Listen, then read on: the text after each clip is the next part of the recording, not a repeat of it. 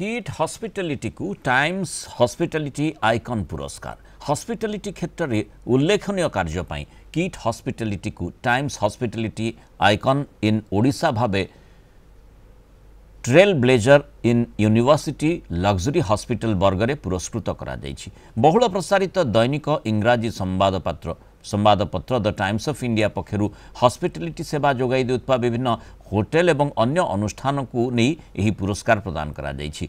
Times hospitality icon Odisha 2025 चतुर्थ संस्करण रे किट फूड एंड हॉस्पिटैलिटी वरिष्ठ कार्यनिर्वाही निर्देशक अनिल कुमार पंडा यही पुरस्कार ग्रहण करथिले।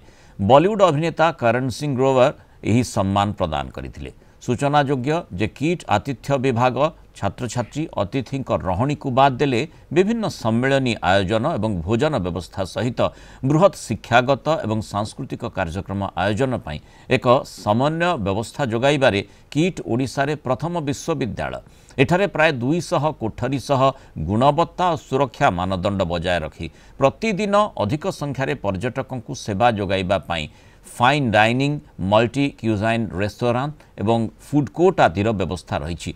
एथिरे संतोष व्यक्त करी किट किस प्रतिष्ठाता doctor Achyuta Samanta Times of India को धन्यवाद देवा सह श्री पंडा को शुभेच्छा जणाइछंती।